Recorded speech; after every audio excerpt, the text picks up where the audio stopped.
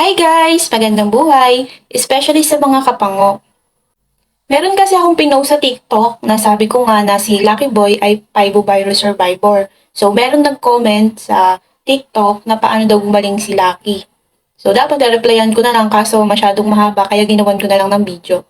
Story time. Ang totoo talaga niyan, apat talaga sila. Si Mami Sam, then yung tatlong pango. Apat talaga silang nag-positive sa parvovirus. Ang unang nag-positive ay ito, yung yakap ni Mami Sam, si Taba. Ang una niyan, hindi na siya talaga kumakain, then nagtain na siya ng dugo. Then sunod-sunod na sila, yung dalawang anak ni Mami Sam, then si Mami Sam.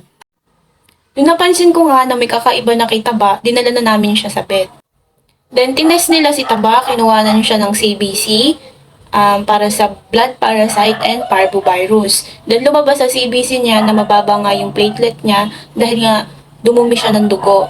Tapos yung sa parvovirus, nag-positive.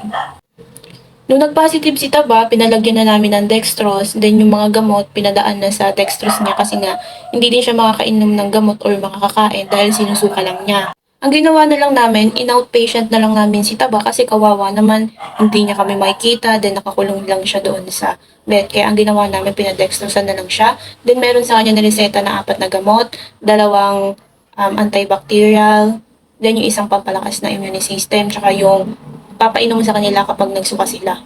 Tsaka yung dextrose powder. Ay yung iinumin nila. Inahalo yun sa tubig. So, papakita ko sa inyo yung mga picture. Ito guys, yung para sa immune system. Ito guys, yung isang antibacterial. Tsaka ito, antibacterial din yan, banana flavor.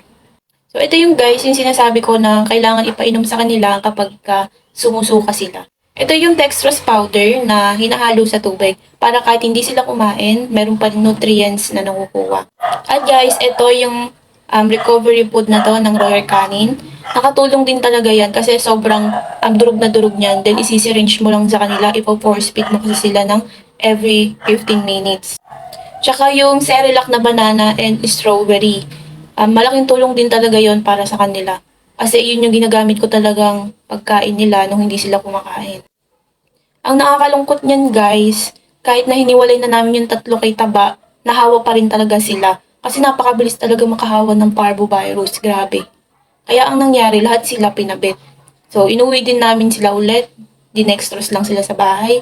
Ang nakakalungkot lang, ang unang namatay ay si ating girl, yung pinakamaliit. Ayan, babae yan. Una siyang namatay. Tapos, ang sunod niyan, ganun pa rin, ilang araw, halos 2 weeks ata, na puro ganun kami, every 15 minutes, pinapakain sila, pinapainom. Then, nung ano nun, lumalakas-lakas na sila, si Taba, nakadextrose pa rin sila ng lahat, pati si Lucky.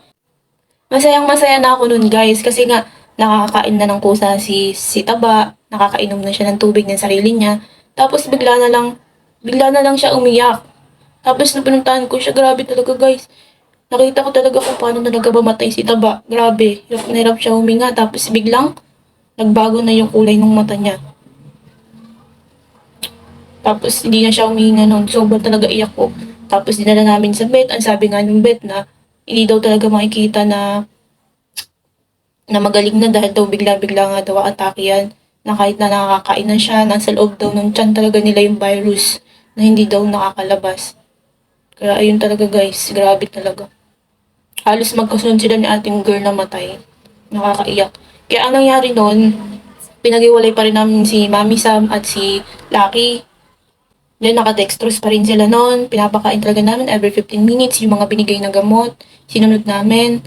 Hanggang si Lucky Boy, ino-operan ko na siya ng chicken liver, tsaka mga isda, tsaka gulay, sila ni Mami Sam.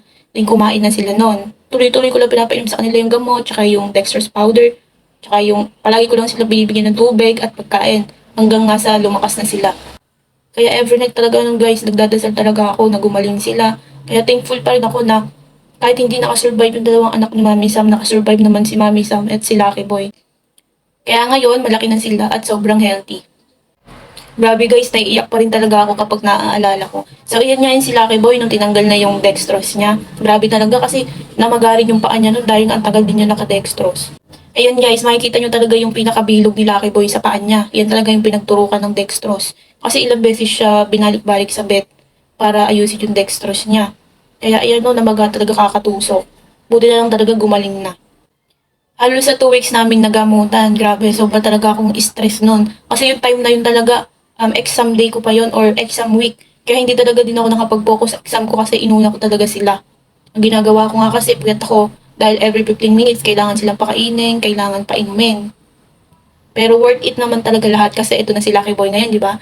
Super healthy na niya. At syempre guys, ito na rin si Mami Sam. Healthy na rin si Mami Sam. At ito na silang dalawa ngayon, sobrang happy na and healthy. Kaya sabi ko, okay lang talaga kahit napasaway sila, basta wala lang talaga silang sakit. Kaya guys, ang mapapayo ko lang sa inyo, maging consistent lang talaga sa pagpapainom ng gamot. Every 15 minutes, pakainin sila kahit hindi sila kumakain. Ifo-force feed sila gamit yung syringe. Painumin sila ng gamot, bigyan palagi ng tubig, at bantayan. Then, kausapin nyo sila guys kasi nai-stress sila lalo kapag hindi nila tayo nakikita. Kaya yun lang po yung ma-advise ko guys. Sana po makatulong po sa inyo. Ang dami rin talaga nagsasabi na wag na daw namin ipagamot dahil nga daw sobrang gastos dahil nga nung isa pa lang hindi dila namin submit nakamagkano na kami. Buti na lang talaga guys, hindi talaga ako sumuko or hindi ako nakinig sa kanila. Kasi ang sinasabi nila, ang papagamot lang daw namin tapos mamamatay lang din daw kasi daw wala naman nakaka-survive sa parbo. Buti na lang talaga na nalig ako kay Lord at binigyan pa niya ako ng chance para makasama ko sila ng matagal. So, yun lang guys. Sana lumakas din yung loob nyo kapag naka-experience kayo ng ganito. Kayang-kaya natin yan. Walang imposible.